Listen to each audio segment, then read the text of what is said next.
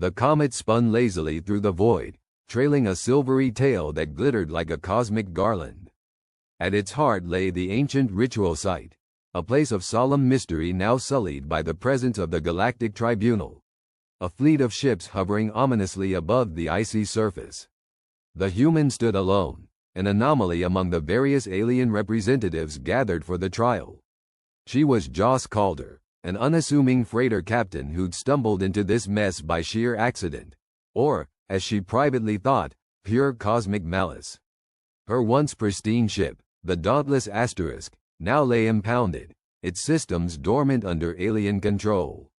The Tribunal, a condescending assembly of the galaxy's self-proclaimed arbiters of justice, had gathered to decide the fate of the notorious space pirate, Glaxer the Unyielding.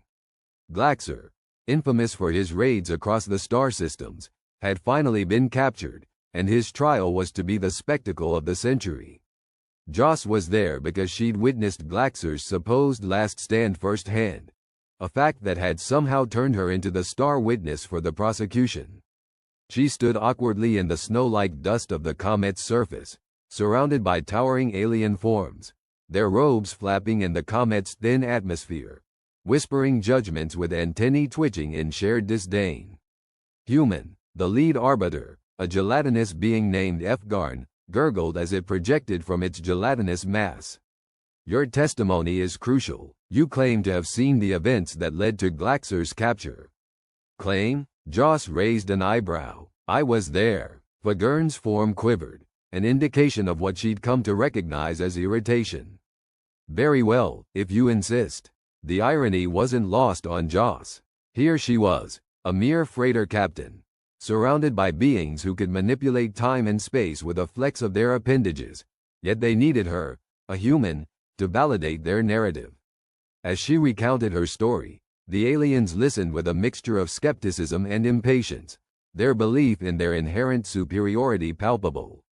They were confident that the trial was a mere formality, an exercise in due process before they executed their preordained justice. But Joss knew something they didn't. Glaxer had whispered a secret to her in the chaos of his capture, a secret that could unravel the whole farce. She hadn't planned to reveal it just yet, but the self-satisfied smirks of the tribunal were wearing her patience thin. Just as she was about to speak, the comet shuddered violently. The ground beneath their feet cracked open, sending the collected dignitaries into a chaotic panic. The ritual site's ancient defenses had activated, reacting to an unknown threat. The tribunal scrambled for the security of their ships, leaving Joss and the accused pirate alone on the fractured landscape. In that moment, Joss realized that the real trial was just beginning. The comet's secrets were about to be laid bare, and she was the only one who could navigate this turmoil. The aliens had underestimated her once, but now, the balance of power was shifting. Well, Glaxer, she said, turning to the pirate, looks like we're not done yet. The starboard hull of the pirate ship Infernal Jest groaned ominously, a sound that Captain Alara Drake had learned to ignore as much as she ignored the quirky hum of the ship's ancient engines. She had more pressing matters to attend to, such as the fact that they were currently being pursued by a fleet of DNA-altered reptilian mercenaries known as the Saurid Collective. Mercs with an impeccable reputation for dogged pursuit and an overenthusiastic fondness for plasma weaponry. Captain, came the anxious voice of First Mate Jax, crackling over the intercom. They're gaining on us. Their ships are faster than a tax collector on bonus day.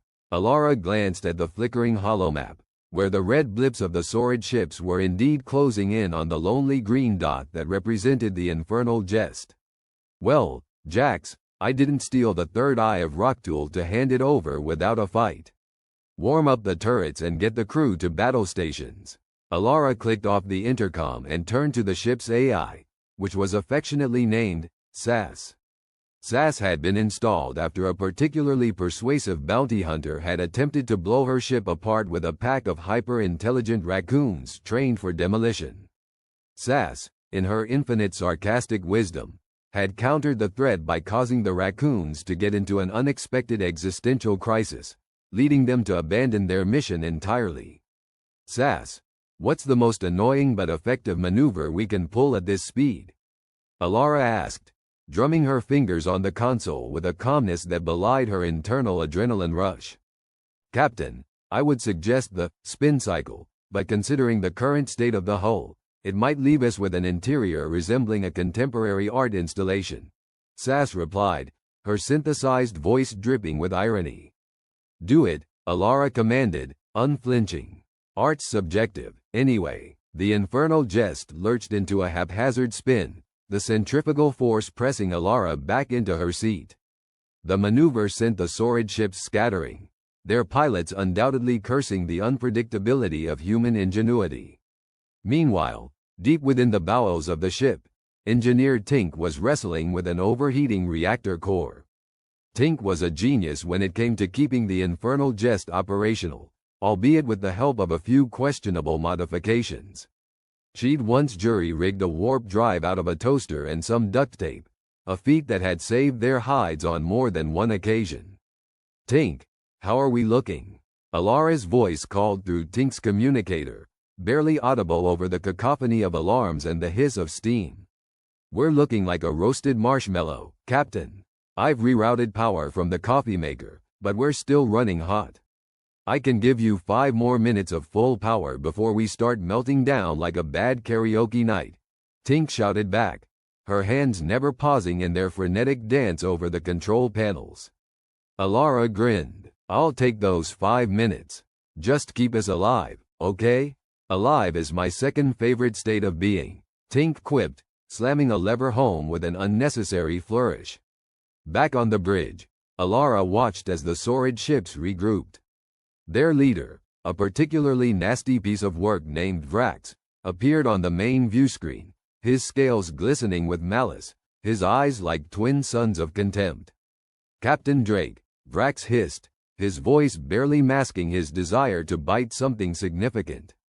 You have something of ours, and by the tenets of the Sword contract, we demand its immediate return.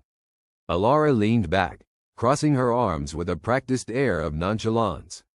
Vrax, old buddy, didn't anyone ever tell you that possession is 9/10 of interstellar law? The third eye is mine until you pry it out of my cold, dead hands. Vrax's nostrils flared, a reaction Alara was fairly certain stemmed from frustration rather than any mammalian attempt at intimidation. Your bravado will be your undoing, Captain. Surrender now, and I may consider allowing you to limp home. Alara gave him her sunniest smile. Thanks for the offer, Vrax, but I think I'll pass. It's not that I don't appreciate your hospitality, it's just that I prefer not to visit reptilian death pits this time of year. The screen blinked off as Vrax cut the connection, his patience evidently exhausted. The Sword ships began to close in once more, their weapon systems lighting up like a festive but deadly holiday display. All right, crew, Alara shouted over the intercom, her voice carrying a spark of defiant optimism. Get ready for some fireworks. The infernal jest dove into the fray, its turrets blazing with a ferocity that belied their outwardly cobbled-together appearance. Jax manned the forward guns, his aim as precise as his temper was short, while the rest of the crew scrambled to keep the ship from flying apart at the seams. In the middle of this chaos, Alara's mind buzzed with 1,000 calculations. The odds were slim, but she thrived in the narrow spaces between impossible and improbable. After all, she was human. If there was one thing humans were known for across the galaxy, it was their relentless, stubborn refusal to accept the limits of reality. Captain, Sass intoned, a note of urgency creeping into her tone, I've detected a power surge from Vrax's flagship. They're preparing to deploy their special weapon.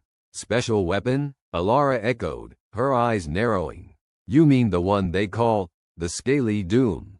That's the one, Sass confirmed. It appears to be a highly concentrated energy beam capable of turning any ship into cosmic confetti. Charming, Alara muttered. Ideas? We could try an emergency warp jump, Sass suggested, a digital eyebrow metaphorically raised. Alara winced. Tink, how's that warp drive looking? Think it can handle a little more abuse? Tink's reply was immediate. her voice filled with a resigned but determined cheer. "Captain, this contraption's held together with dreams and good intentions. I'll make it work or die trying." "That's the spirit," Alara replied, grateful for her crew's unyielding spirit even in the face of near-certain doom. "Prepare for emergency warp. All hands, brace for impact." The infernal jest shuddered violently, its engines howling in protest as the warp drive spun up to speed. Alara held her breath, feeling the tension coil around her like a living thing. She had to trust in Tink, in Sass, in her entire ragtag crew, who had stuck by her through every crazy scheme and hair-raising escape. Vrax's flagship loomed large on the viewscreen, the ominous glow of their weapon charging like a sunrise of destruction. Alara's heart pounded, her mind racing through memories of past victories and narrow escapes. "This," she thought, "this is why we fight." As the weapon fired, the infernal jest lurched forward, hurtling through the fabric of space-time with a stomach-churning jolt that left everyone aboard breathless and slightly nauseated. The stars stretched and twisted, and for a moment, Alara wondered if they had truly outpaced the Saurids, or if they'd merely traded one doom for another. The ship reappeared in normal space, shuddering violently but miraculously intact. The crew erupted into cheers, their relief palpable, despite the lingering danger. They were battered, bruised, but alive, and for the moment, that was all that mattered. Alara allowed herself a moment of triumph before the reality of their situation came crashing back. The Saurids would not give up easily, and there was still the matter of the third eye, a relic of immense power and mystery that had sparked the entire chase. "Sass, what's our status?" Alara asked, her voice steadying as she settled back into the captain's chair. "We've sustained moderate damage, but all systems are operational," Sass replied, her tone as dry as a Martian desert. "However, I suggest not trying that maneuver again unless we want to experience the thrill of spontaneous disintegration." "Noted," Alara said, allowing herself a weary smile. "Captain, I've been thinking," Jax said, turning to face her. "Why exactly are we keeping this artifact, anyway? It's brought us nothing but trouble." Alara considered his question, her gaze drifting to the small, ornate box that housed the third eye. It sat secure in the reinforced cabinet, its presence almost humming with untapped potential. "It's more than just a relic," Alara replied, her voice thoughtful. "It's a symbol. If we can get it to the right people, it could shift the balance of power in this sector. Besides, do you want to be the one who lets the Saurids rule the galaxy with an artifact they can't even pronounce correctly?" Jax chuckled, shaking his head. "Fair enough, Captain. I just hope our luck holds out." Luck, Alara knew, was a fickle thing. But she'd learned long ago that when you couldn't rely on luck, you relied on grit, determination, and a healthy dose of human ingenuity. "Let's get some distance from here," Alara said, issuing the order with renewed conviction. "Tink, keep an eye on that warp drive. Jax, plot a course to the nearest refueling station. Sass, keep scanning for any signs of Vrax and his scaly friends." The crew sprang into action, their movements a coordinated dance honed by countless challenges faced together. The infernal jest might have been a patchwork ship held together by hope and habit, but it was their ship, and it would see them through this, one way or another.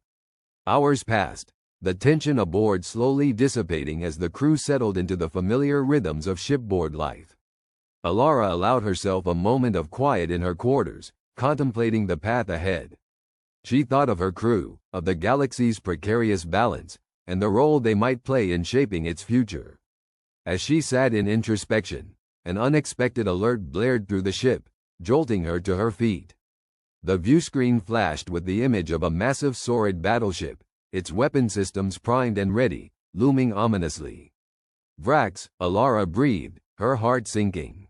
Somehow, impossibly, they'd found them again. The situation had just become more dire. Gideon, Grit, McAllister, self-proclaimed captain of the least reputable starship in the quadrant, had always found himself in the most inconvenient circumstances. This, however, was a new low. Standing cuffed in the center of a courtroom that looked more like a cathedral of cosmic bureaucracy, he faced the Galactic Tribunal, a council of the most powerful and least forgiving species in the known universe.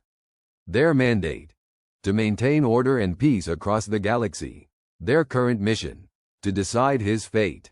The tribunal chamber hung ominously in the void, a colossal structure of translucent materials that defied the laws of aesthetics as known to humans.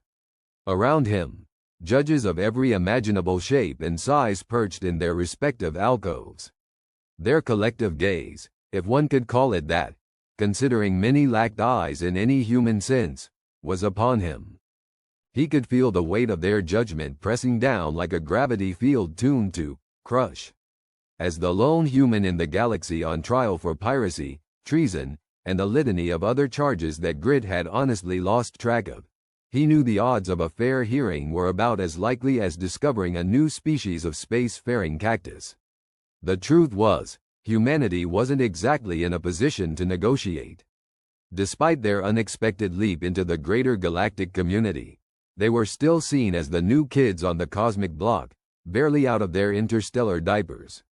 The presiding judge, a gelatinous entity known as a Thrint, began the proceedings with a sonorous hum that resonated through the chamber's strange acoustics. Grit couldn't tell if it was speaking or simply vibrating, but a translation device embedded in his ear helpfully converted the sounds into a voice that was somehow both monotone and accusatory. Gideon McAllister, you stand accused of multiple counts of piracy, destabilizing regional peace, and assaulting a member of the Galactic Council. How do you plead? Grit cleared his throat, attempting to muster some semblance of dignity. I plead, confused, really. That last one's a bit unfair. I mean, who knew that slug thing was a council member? It looked more like a sentient booger, and honestly, it was just a case of mistaken identity and poor lighting. The chamber rippled with a wave of disapproval, or perhaps it was just a breeze, hard to say with a room full of aliens. Beside him stood his court-appointed attorney, a rigid insectoid creature from the Zarn race named Zalthar, who was attempting to maintain composure despite Grit's flippant manner. Zalthar whispered harshly through mandibles that clicked in annoyance. Captain McAllister, might I remind you that your life hangs in the balance? A more respectful tone might. Yeah, respect. Got it. Good advice as always, Zalthar, Grit replied, waving a hand dismissively. He then turned back to the tribunal, adopting a more serious expression. I mean, I plead not guilty. The Thrint let out a sound that might have been a sigh. Your reputation precedes you, Captain McAllister. The evidence against you is substantial. Grit shrugged. Substantial is just a word people use when they don't want to say overwhelming. The judges, unimpressed by his wit, continued to deliberate in a language that sounded like a mix between a thunderstorm and a symphony of bagpipes. Grit glanced around, noticing the Galactic Tribunal's security force, a squad of heavily armed Krukians. Each looked capable of reducing him to a puddle of regret. He shifted back to Zalthar, who was meticulously organizing holographic documents. What's our play here, Exel? Zalthar clicked thoughtfully. The tribunal seeks a scapegoat for recent insurgencies. They view humans as unpredictable, a destabilizing factor. Unpredictable? Us? Grit replied, feigning shock. Just because we're a little rough around the edges doesn't mean we're unpredictable. Zalthar continued, they have an agenda. Proving your innocence won't be enough. We need to demonstrate that humanity can be an asset to the galaxy. Grit nodded, though he wasn't entirely sure how to accomplish that given his current predicament. He was a pirate, not a diplomat. He excelled at smuggling, outmaneuvering, and, on occasion, charming his way out of a sticky situation. None of those skills seemed particularly useful at the moment. The tribunal resumed its questioning, this time focusing on Grit's crew and their whereabouts. The mere mention of his crew tugged at something inside him, a rare pang of guilt. They were a ragtag group of misfits and outcasts, but they were his misfits and outcasts. He wondered where they were now, whether they were safe or captured like him. The thought made his throat tighten. a strange sensation for a man who usually prided himself on keeping things light. As the proceedings dragged on, Grit's confidence wavered. The evidence presented against him was damning. Intercepted transmissions, hollow footage of his ship, the infamous Stellar Serpent, engaging in what could only be described as extracurricular activities not sanctioned by any government. The prosecution even produced a witness, a former rival pirate captain who seemed all too happy to see Grit squirm. The testimony painted Grit as a reckless, profit-driven menace, a portrayal that was not entirely inaccurate. Yet, as he listened, he couldn't help but notice the tribunal's growing impatience. They were looking for a resolution, not the truth. The distinction wasn't lost on him. It was during a particularly damning piece of evidence, a video showing the Stellar Serpent making a hasty retreat from a compromised trade convoy, that a new complication arose. A message, marked urgent, was delivered to the tribunal. The Thrint paused the proceedings to review it, its gelatinous mass shimmering with what might have been agitation. Grit exchanged a glance with Zalthar, who leaned in. Something's changed. This isn't normal. When the Thrint addressed the court again, its voice had an edge of urgency. The Galactic Council has received intelligence of a new threat, a fleet of unknown origin, moving towards the inner systems. This trial is adjourned until further notice. With that, the tribunal disbanded in a flurry of activity, leaving Grit standing bewildered but not ungrateful. It seemed he had been granted a temporary reprieve by the universe, albeit for reasons yet unknown. As the security guards ushered him back to his holding cell, Grit couldn't shake the feeling of unease. He had a talent for getting into, and out of, trouble, but this was different. A new threat emerging from the shadows, coupled with his pending trial, painted a grim picture. Once confined to his stark, metallic cell, Grit leaned against the cold wall to think. The tribunal's abrupt adjournment was both a blessing and a curse. He had time, but time for what? To plot an escape? To clear his name? To somehow prove humanity's worth to the galaxy? His musings were interrupted by a familiar face on the other side of the cell bars. It was Jax, his first mate, a hulking figure with a cybernetic arm and a grin that could melt a comet. "Jax, you magnificent bastard," Grit exclaimed, relief washing over him. "How'd you manage to sneak past the guards?" Jax chuckled, a deep rumbling sound. "You forget, Captain, I've got a few tricks up my sleeve, and a few in my arm." He gestured to the cybernetic limb, which was bristling with concealed gadgets. "Heard about the trial. Figured you could use a friendly face." "More than you know," Grit admitted, his bravado faltering for a moment. "But I'm guessing you didn't just come to say hello." Jax nodded. "You're right about a new threat." The crews picked up chatter. "Something big is coming. We need to get out of here, regroup, and figure out our next move." "And the others? Are they safe?" Grit asked, his voice tinged with concern. "Scattered, but safe," Jax replied. "We've got ears everywhere. Won't be long before we're back together." The prospect lifted Grit's spirits, if only for a moment. Yet he knew that escaping the tribunal's grasp wouldn't be easy. The Krukians were formidable, and even with Jax's resourcefulness, the odds of a clean getaway were slim. Still, if there was one thing Grit had learned in his years of skirting the law, it was that desperation bred creativity. And if humans were known for anything in this galaxy, it was their ability to surprise. "All right, Jax, let's get to work," Grit said, resolve hardening in his chest. "We've got a galaxy to save, or at least a crew." As Jax said to disabling the cell's security system, Grit allowed himself a moment of hope. They may have been outmatched, outgunned, and underestimated, but they weren't finished yet. Not by a long shot. And as the first sparks of freedom crackled from the lockdown controls, he couldn't help but smirk. Maybe humans were unpredictable, after all. The sleek silver hull of the Asterisk Star Chaser shimmered as it drifted through the asteroid belt, a deceptive lull in the cosmic chaos that had become, by an unfortunate twist of fate, the norm for Captain Alara Voss and her ragtag crew. The once promising escape plan had quickly devolved into a desperate gambit as the notorious Xel'Naga fleet closed in, their pulsating warships casting ominous shadows across the void. Inside the cramped cockpit, Alara tapped furiously on the control panel, her fingers a blur of dexterity, orchestrating a symphony of evasive maneuvers. Her co-pilot, Jax, a former engineer with a slight penchant for getting into trouble, had his brows furrowed in concentration. At his feet, the ship's AI, an overly sarcastic entity named Athena, was projecting a holographic map of their precarious trajectory. "Captain, might I suggest a more conventional route?" Athena quipped, her voice dripping with mock concern. "A straight line, perhaps? One that doesn't involve threading the needle between two spinning death rocks?" Alara ignored the AI, her gaze fixed on the display. "Jax, how's our fuel situation?" she asked, her voice steady despite the turmoil.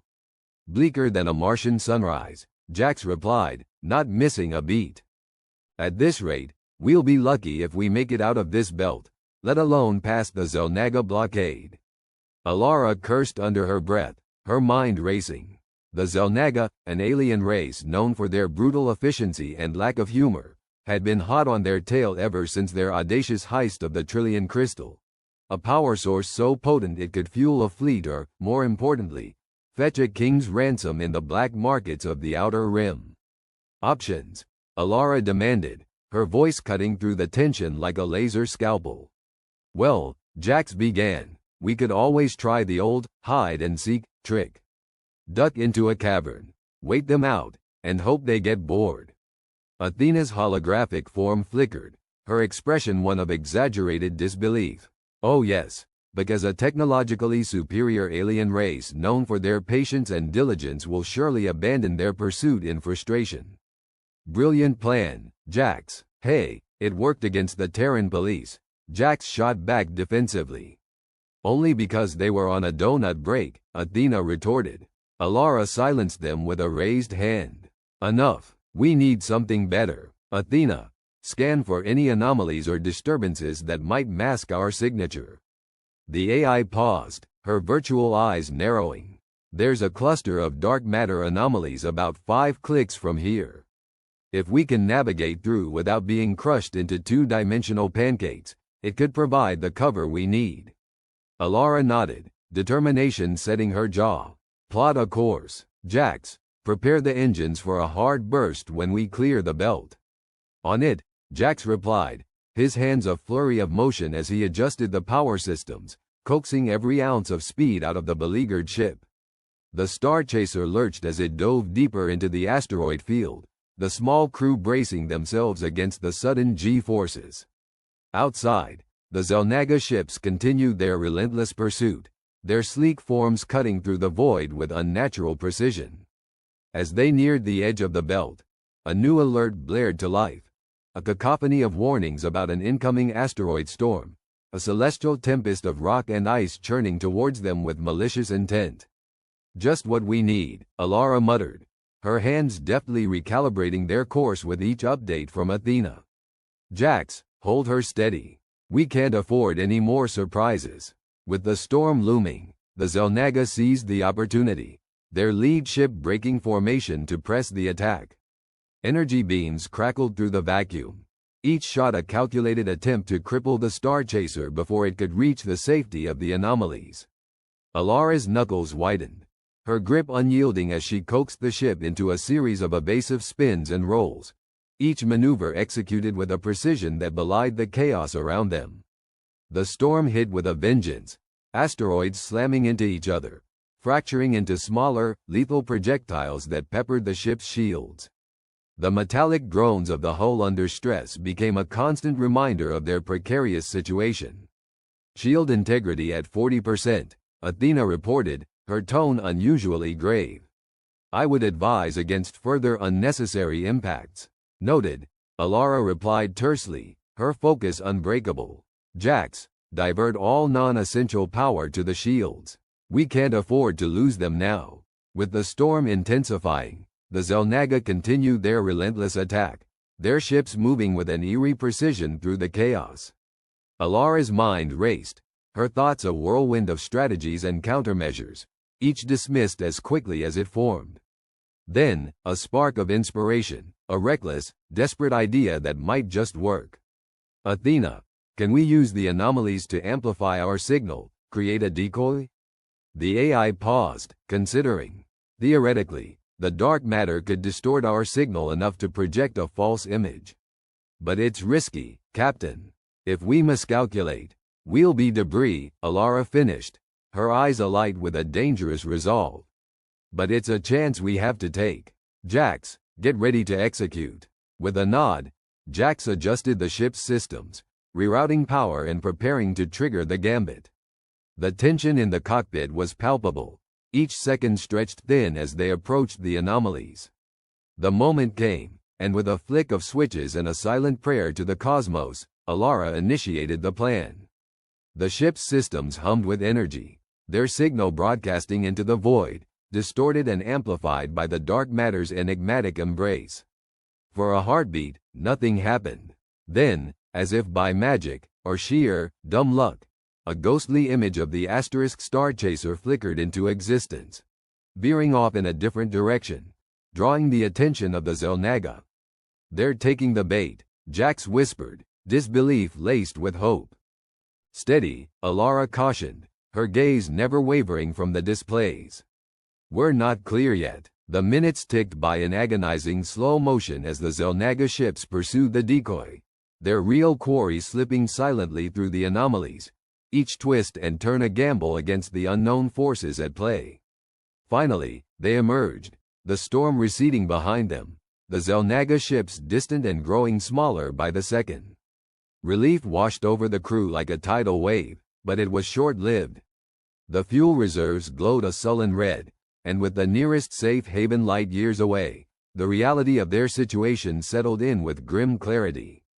"Captain," Jax said quietly, his voice heavy with resignation, "we're not going to make it to the rendezvous without more fuel. We're dead in the water out here." Alara's mind raced, searching for any glimmer of hope, any scrap of ingenuity that might save them from the cold inevitability of space. "There has to be something," she muttered, more to herself than to anyone else. "Athena, what about the distress beacon? Can we boost the signal, reach out to anyone nearby?" The AI hesitated, her algorithms calculating possibilities. "We can amplify the signal, but it will make us a beacon to every scavenger and opportunist in the sector, not to mention alerting the Xel'Naga to our location." Alara's heart sank, the weight of their predicament pressing down with suffocating force. But there was no other choice, no other chance. They either called for help and risked everything, or drifted into oblivion, a footnote in the annals of the galaxy. "Do it," she ordered, her voice steady, masking the turmoil within. Better to face the unknown than to simply fade away. As Athena complied, broadcasting their plea into the void, Alara leaned back in her seat, exhaustion etched into her features. The crew settled into a tense silence, each of them grappling with their own fears and doubts. Time stretched into eternity, the silence of space a constant companion. Jax fiddled with the controls, his mind elsewhere, while Athena's holographic form flickered, a silent sentinel watching over their fate. It was then that the first response crackled through the comms, a garbled signal cutting through the static. Hope flared briefly, only to be dashed as the voice of an old adversary filled the cockpit. Well, if it isn't Captain Voss," the voice drawled, dripping with smug satisfaction. "I must say, I didn't expect to find you out here, playing hide and seek. But fate, it seems, has other plans." Alara's heart sank, recognition dawning with a sickening lurch. It was Garrick Kor, a rival pirate notorious for his ruthlessness and cunning, a man who had crossed paths with her one too many times. "Kor," Alara said, forcing her voice into a semblance of calm. "Fancy meeting you here. Come to gloat?" "Merely a coincidence," Kor replied, his tone mocking. "But I'm not one to turn down an opportunity. Hand over the crystal, and perhaps I'll consider letting you and your crew live." Alara's mind raced, calculating their dwindling options. Surrender was not in her nature, but cornered as they were, defiance seemed a fool's errand. As if sensing her turmoil, Jax spoke up, his voice a low whisper. Alara, there might be another way. Remember that old freighter trick? A flicker of memory surfaced, a risky maneuver they had once discussed in passing. You think it could work? Jax shrugged, a wry grin tugging at his lips. It's a long shot, but at this point, what do we have to lose? Alara met his gaze, finding the resolve she needed. Then let's give it a try. Turning back to the comms, she faced Core with newfound determination. All right, Core, you win. We're sending over the crystal. There was a pause, then Core's voice, gloating and triumphant. A wise decision, Alara. Transmit the coordinates, and we'll make the exchange. As the connection ended, Alara and Jax sprang into action. They had no intention of handing over the real crystal. Instead, they would use the oldest trick in the book, a decoy. Athena, ever the skeptic, watched as they prepared a hastily assembled replica, a facsimile good enough to pass a cursory inspection from a distance, but ultimately worthless. With the decoy ready, Alara sent the phony coordinates, a location just far enough to buy them time but close enough to maintain the illusion. Core, blinded by his own arrogance, fell for the ruse, his ships moving to intercept the false signal. As the last of their fuel reserves dwindled, the Star Chaser drifted, a lone vessel in the vast expanse, its crew clinging to the fragile thread of hope they had spun from desperation. Yet even as they bought a reprieve, the reality of their situation loomed ever larger, the lifeline they had cast into the cosmos still unanswered, the specter of Core's inevitable realization casting a long shadow over their future. In that moment, with the stars distant and cold, Alara faced the darkest hour of her life, a crucible of uncertainty and fear that threatened to consume them all. But even as the abyss yawned before them, there was something in the human spirit, a spark, a fire, that refused to be extinguished. And in the vast, uncaring emptiness of space, that was enough to dare the impossible, to reach for the light against all odds. The Star Chaser might be adrift, but her crew was far from defeated. In the vast and uncaring void of space, where silence reigned supreme and stars were indifferent spectators, the human race had found itself in one of those predicaments that could only be described as unfortunate.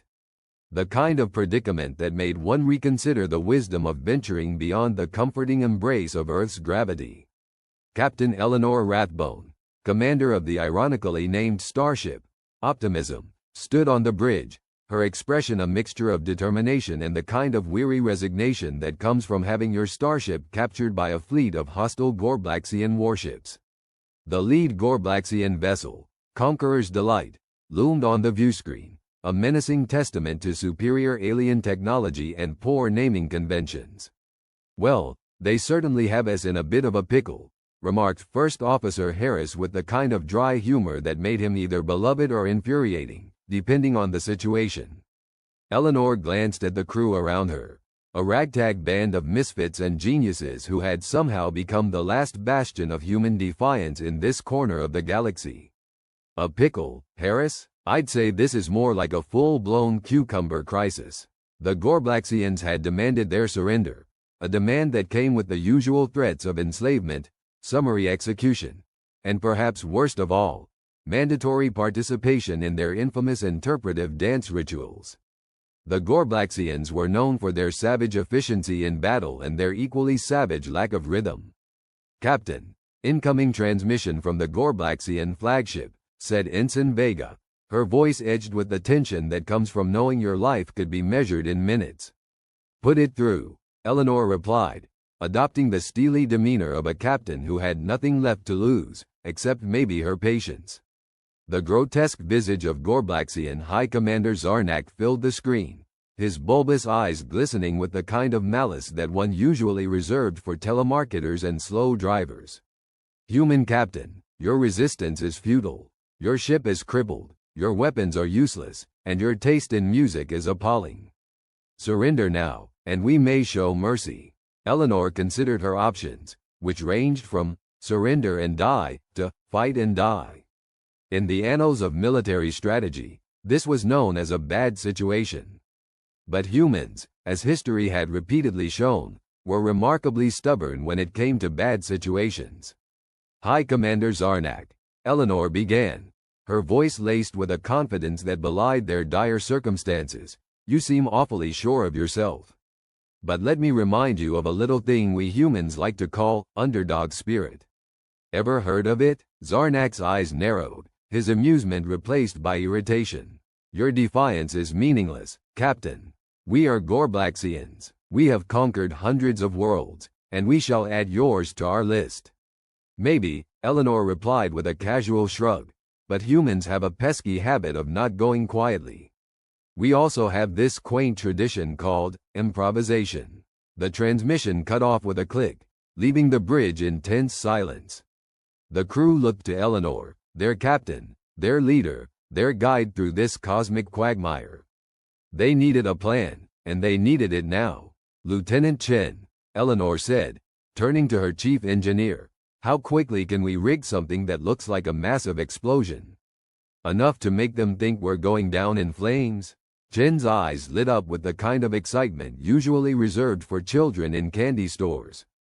Give me 30 minutes and access to the waste plasma converters, and I'll give you a light show they'll never forget.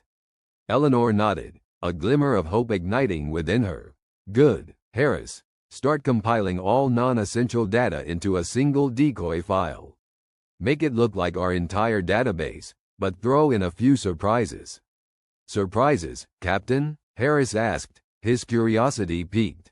Yes, like our entire collection of Earth Cat videos and every karaoke rendition of Bohemian Rhapsody we can find. Let them try to make sense of that. The crew set to work, each member playing their part in this desperate gambit. The optimism hummed with renewed energy, a vessel that had decided it wasn't quite ready to end its journey. Not yet. As the Gorblaxian fleet drew closer, their overconfidence palpable, Eleanor watched the countdown tick away. In a universe that seemed determined to crush them, humans never failed to find a way to punch back. Time's up, Captain, Chen announced, a mischievous grin on his face. We're ready to detonate the decoy. Excellent, Eleanor replied. Vega, transmit the decoy file. Make it look like we're transmitting our surrender data. The Gorblaxian ships, detecting the transmission, moved in for what they believed was the final act of their triumph. Aboard the Conqueror's Delight, Zarnak leaned back in his command chair, certain of his victory. Detonate, Eleanor ordered, and the optimism shuddered as Chen's creation unleashed a blinding display of light and energy, an illusion of destruction designed to deceive even the most observant foe. The Gorblaxians hesitated, their sensors overwhelmed by the apparent self-destruction of the human ship. In that moment of confusion, the optimism slipped away, using the distraction to disappear into the vastness of space. Back on the bridge, a cheer erupted, a sound filled with relief and the thrill of having cheated death once more. Eleanor allowed herself a rare smile, her heart pounding with the adrenaline of victory against impossible odds. Where to now, Captain? Harris asked, his tone a mixture of respect and awe. Let's find a quiet corner of the galaxy, somewhere we can regroup and plan our next move, Eleanor replied. The Gorblaxians think they've won, but we've only just begun. As the optimism soared through the stars, its crew buoyed by the resilience that had kept them alive, Eleanor knew they had set in motion a chain of events that would change the course of this conflict. Humans, after all, were at their best when their backs were against the wall, when the odds were stacked against them, and when the rest of the universe least expected it. In the distance, the Gorblaxian fleet regrouped, their victory tarnished by the realization that their human adversaries had slipped through their grasp. High Commander Zarnak fumed, his confidence shaken but not broken. He had underestimated these humans once, but he would not make the same mistake again. For now, the optimism sailed through the stars, its crew united by a shared determination to forge their path in a universe that seemed determined to test them at every turn. But they were humans, and if there was one thing they excelled at, it was proving the universe wrong. As Eleanor sat in her captain's chair, the weight of leadership heavy on her shoulders, she knew that the darkest hour had passed. The dawn of human resurgence was on the horizon, and she would lead them to that light, no matter the cost. The universe was vast, uncaring, and filled with dangers, but humans were nothing if not adaptable, tenacious, and often more than a little lucky. The Gorblaxians had yet to learn just how formidable a combination that could be. With renewed purpose, the crew of the Optimism charted a course for the future, their spirits unbroken, their resolve unyielding. The galaxy was vast, and they had a destiny to carve out, one that would echo through the stars long after they were gone. For this was the story of humanity, a tale of defiance, survival, and the unquenchable fire of the human spirit. And in the darkest hour, that fire burned brightest of all. In the cold, unforgiving abyss of the Zeta Quadrant, where the starlight filtered through space like lost whispers, the spaceship Ambition drifted in its calculated trajectory. The ship, a relic from an era when Earth tried to flex its muscles in the interstellar playground, was now an unlikely bastion of hope or delusion, depending on who you asked. Its crew, a ragtag mix of former space miners, failed academics, and one poet who claimed he was researching the ultimate muse, were humanity's last best chance. Captain Amelia Warren, a woman whose nerves were as steely as the ship's hull, stood on the bridge, her gaze fixed on the holographic display. She wasn't just a captain, she was an artist of survival, painting a masterpiece with every tactical decision. Her crew might not have been the sharpest tools in the cosmic shed, but they had something the galaxy had underestimated: the audacity to try. "Are we sure this is going to work?" Lieutenant John Ramirez asked, his voice tinged with skepticism. He was the kind of person who believed in the power of pessimism as a motivator. Amelia turned to him with a small, knowing smile. "Work? No, but it's going to surprise them. And sometimes, John, that's all you need." Their target was the battle cruiser Voracious Asterisk, the pride of the Centaurian fleet, a vessel notorious for its efficiency in turning would-be space pirates into cosmic dust. It was commanded by Admiral Thrak, a being of considerable reputation and ego, whose disdain for humans was only matched by his love for collecting their artifacts, which he referred to as primitive curiosities. Thrak sat comfortably in his command chair, observing the tactical display with a smugness that had been meticulously polished over decades. The Ambition Asterisk, with its mismatched parts and duct-taped hull, appeared on his screen as little more than an errant gnat. Humans, he mused to his second-in-command, an insectoid creature named Zix, whose loyalty was as unwavering as Thrak's contempt for his opponents. They never learn. It's almost admirable, in a way. Zix chittered in agreement, though privately, the concept of admiration was as alien to him as the sensation of warmth. "They're sending a signal, sir." "Let me guess." Thrak sighed. "Another plea for mercy, perhaps? Or maybe a declaration of surrender?" "No, sir. It's an invitation." Thrak's interest piqued, if only briefly. "An invitation? To a game, sir." Thrak chuckled, a sound reminiscent of gravel being ground to dust. "How quaint. Accept it. We have a few moments to indulge their fantasy before we obliterate them." Back on the Ambition Asterisk, Captain Warren received the confirmation with a nod. "They're in. Begin transmission." The holographic display flickered to life, revealing Thrak's imposing figure. "Captain Warren, I presume," he said, his voice dripping with condescension. "Admiral Thrak," Amelia replied, her tone even. "We thought we'd offer you a challenge before you, inevitably, vaporize us." Thrak leaned back, intrigued by the audacity. "And what challenge might that be?" "A game of strategy, Admiral. A test of wits and cunning. If we win, you let us go. If you win, well, we won't be around to complain." The proposal was absurd, yet there was a spark in Amelia's eyes that momentarily gave Thrak pause. "Very well, I accept. What are the terms?" Amelia gestured to her crew, and within moments, the bridge was filled with the holographic projections of an ancient Earth game board. "We call it chess," she explained. The reaction from Thrak was a mix of laughter and disbelief. "Chess? You expect to defeat me with a game played by children? Underestimating us has been a pastime of many, Admiral, Amelia said, her words carrying the weight of 1,000 forgotten battles. But let's see if you can outthink us. As the game began, it became apparent that this was not just a simple diversion. Amelia had anticipated their every move, her strategic mind dancing through possibilities like a seasoned composer leading an orchestra. Thrak watched as his pieces were systematically cornered, his confidence slowly eroding. It wasn't long before he realized this wasn't just a game, it was a demonstration. The humans had been learning, adapting, evolving in ways the Centaurians hadn't foreseen. Each move on the board was a metaphor for a deeper truth. Humans were not just stubborn, they were tenacious. With each passing minute, the advantage shifted. The ambition moved closer, its systems now a symphony of calculated risks.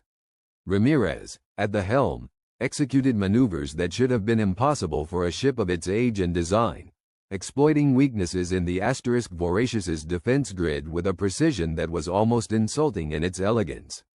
Sir, Zix interrupted, his voice losing its usual neutrality. The humans. They are overriding our systems. Thrak stared at the display, the realization dawning on him with the subtlety of a supernova.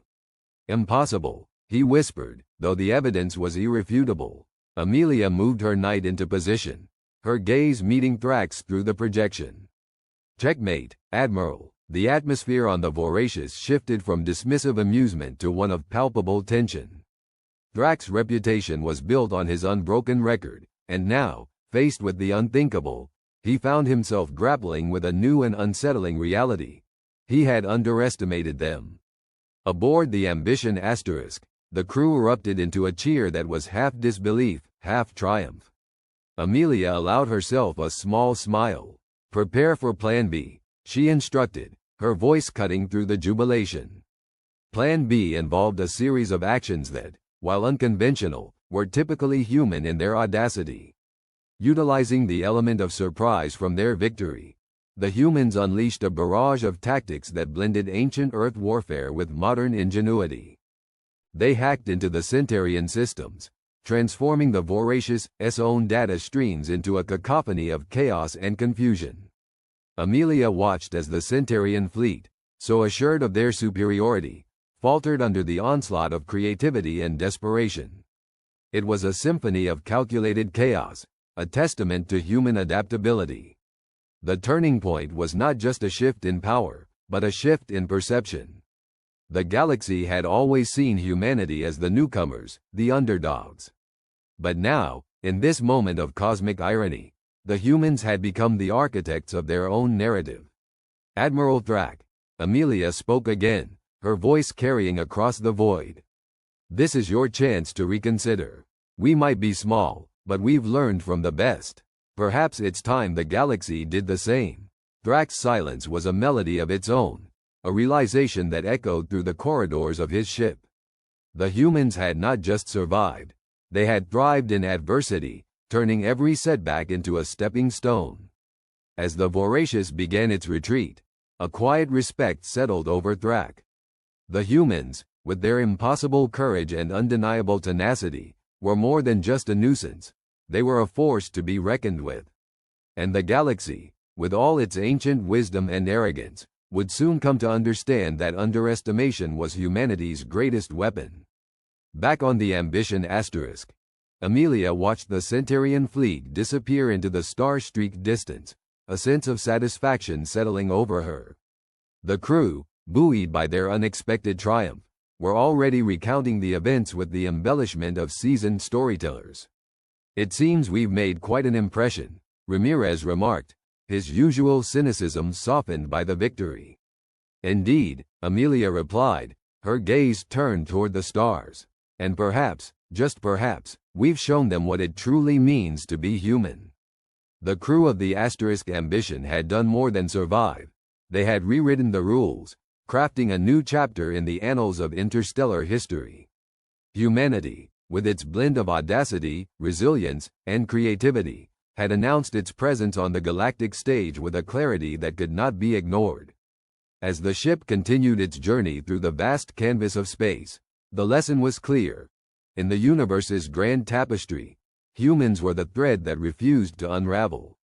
Their story was one of defiance against the odds, a testament to the power of those who dared to dream beyond their reach.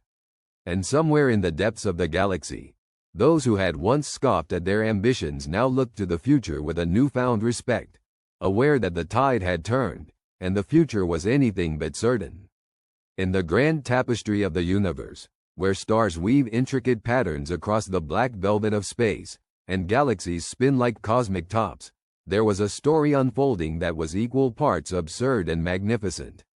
It took place on a small, rather unremarkable planet called Earth, nestled in a corner of the Milky Way. The protagonists of our tale? A ragtag crew of space pirates, humans at their most unpredictably brilliant. The antagonists were the Zorflaxian Armada, a meticulously organized race with a penchant for underestimating anything that didn't glow in ultraviolet.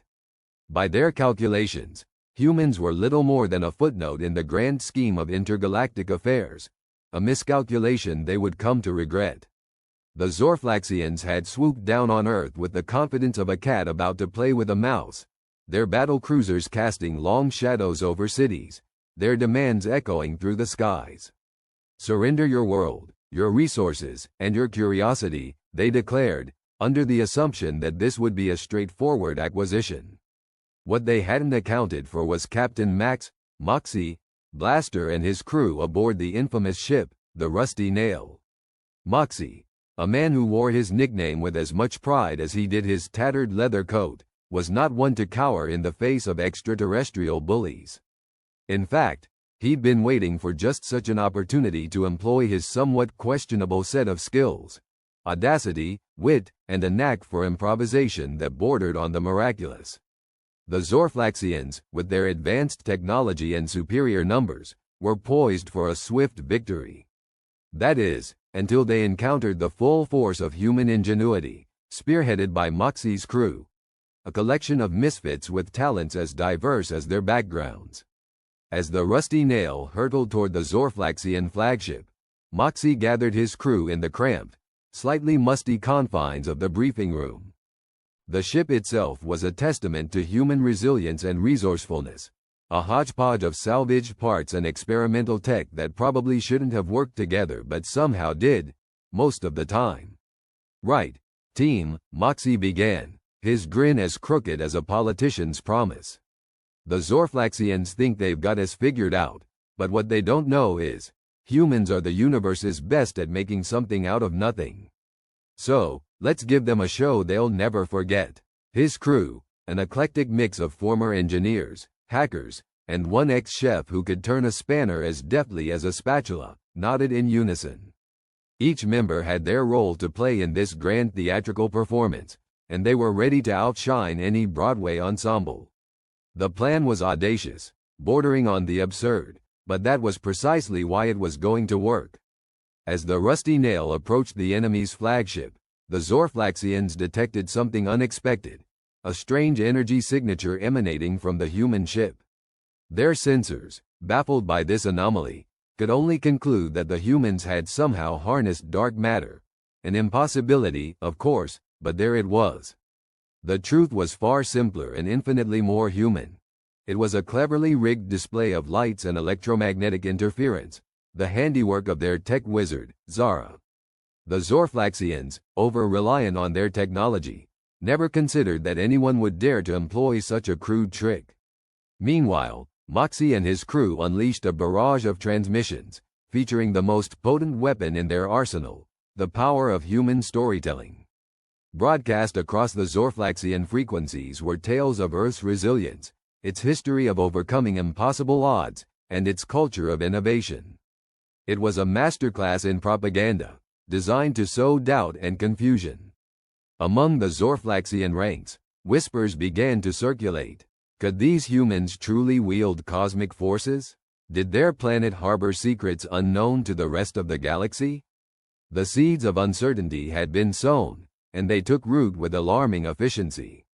As the Rusty Nail closed in, the Zorflaxian commanders found themselves grappling not just with a ship, but with the idea that they might have underestimated their foe. Moxie's plan was unfolding with the precision of a Swiss watch. Well, a Swiss watch dropped in a blender and somehow still ticking. The decisive moment came when the Rusty Nail deployed its pièce de résistance, a series of drones disguised as escape pods, each carrying a payload of holographic projectors. As these pods descended upon the Zorflaxian fleet, they erupted in a dazzling display of light and sound, simulating an armada of reinforcement ships arriving from the dark void of space. Panic ensued among the Zorflaxians. Their command structure, so reliant on logic and predictability, crumbled under the weight of human creativity. In their desperation to counter this phantom fleet, they inadvertently created gaps in their own defenses, gaps that Moxie and his crew were more than happy to exploit. With a deftness that belied the Rusty Nail's patchwork appearance, Moxie piloted the ship through the chaos, targeting the flagship's weak points with uncanny accuracy.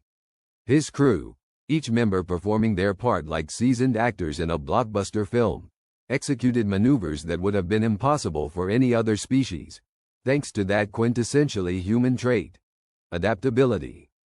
The Zorflaxian flagship, a behemoth of metal and arrogance, found itself besieged by a foe it couldn't quite comprehend. As the Rusty Nail's weapon systems, jerry-rigged and cobbled together from a dozen different technologies, unleashed their fury, the Zorflaxians realized the full extent of their blunder. In the heart of the flagship, the Zorflaxian commander, a being of considerable stature and even greater ego, watched in disbelief as his forces faltered. It was then, in that moment of clarity born of desperation, that he understood the catastrophic misjudgment they had made. Humans, with their chaotic brilliance and relentless spirit, were not to be trifled with.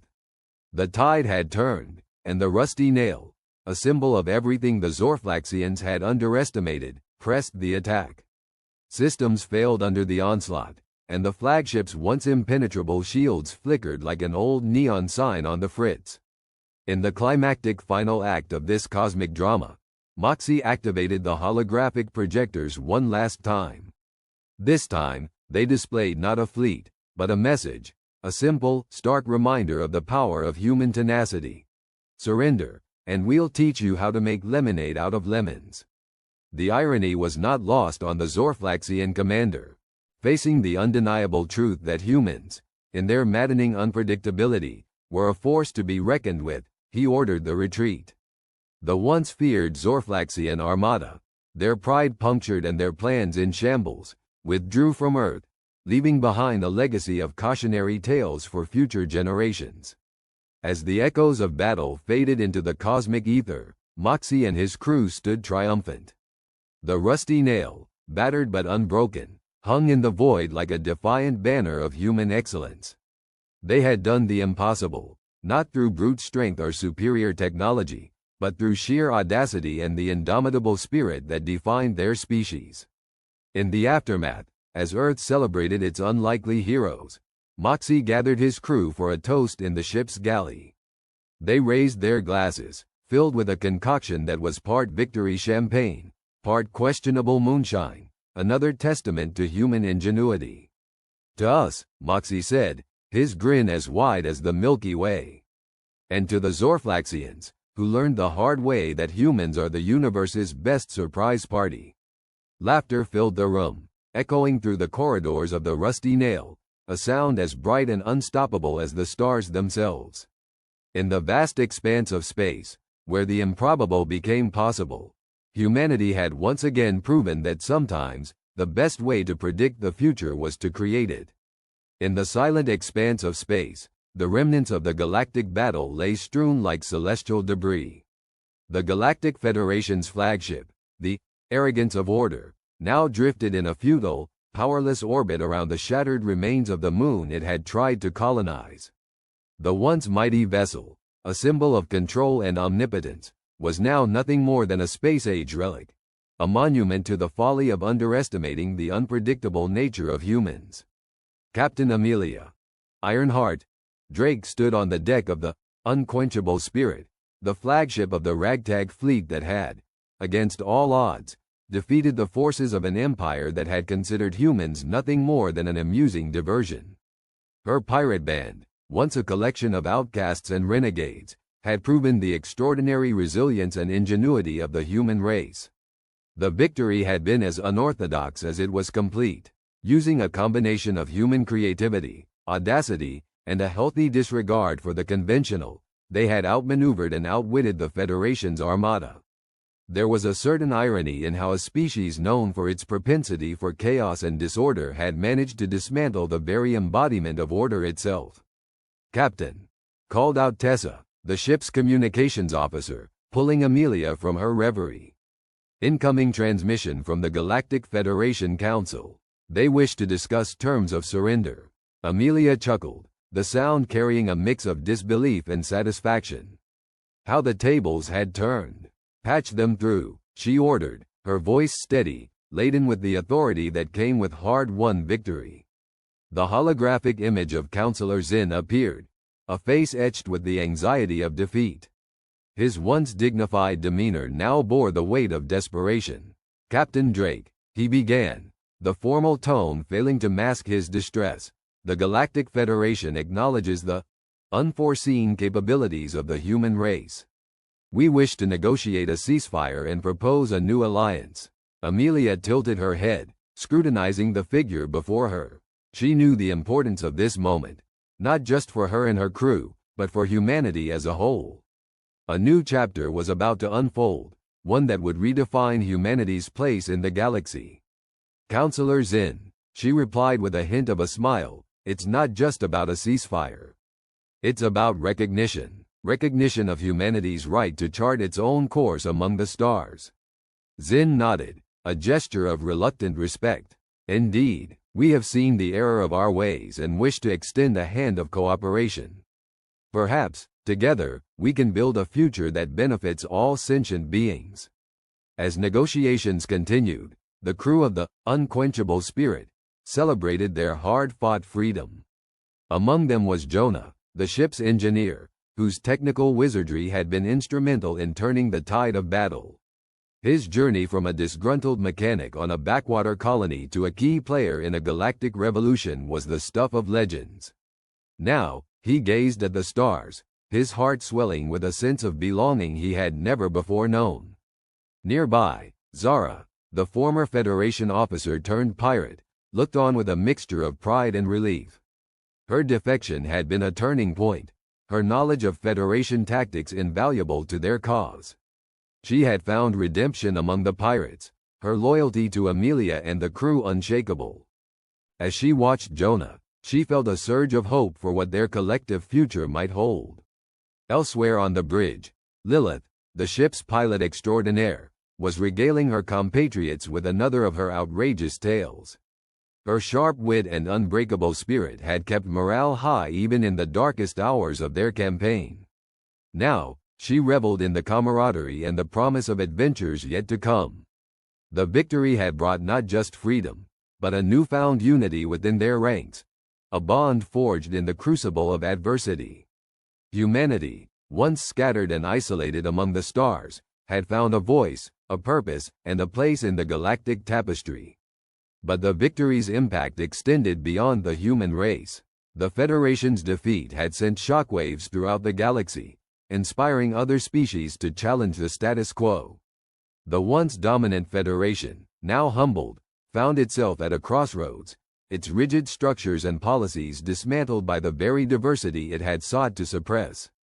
In the ensuing months, a new coalition emerged, one built on the principles of equality and mutual respect. It was an alliance of species, each contributing its unique strengths to a collective endeavor. Humans, with their insatiable curiosity and knack for innovation, were at the forefront, driving progress and exploration. Back on Earth, the news of the victory and subsequent alliance was met with celebration and reflection. The human race, characterized by its tenacity and creativity, had not just survived but thrived in the face of overwhelming odds. The message was clear. Humanity's greatest strength lay in its ability to adapt and in its willingness to embrace the unknown. In the quiet aftermath of the battle, Amelia found herself alone in her quarters, contemplating the journey that had brought them here. The path had been fraught with danger and uncertainty, but it had also been filled with moments of profound beauty and connection. She thought of her crew, her found family, and the legacy they had forged together. A soft chime interrupted her thoughts. It was Jonah, standing in the doorway, his usual bravado tempered by a rare vulnerability. "Captain," he said, his voice low, "we did it. We really did it." Amelia smiled, her eyes meeting his with a warmth that spoke volumes. "Yes, Jonah, we did. And we'll keep doing it, whatever it may be. Because that's who we are."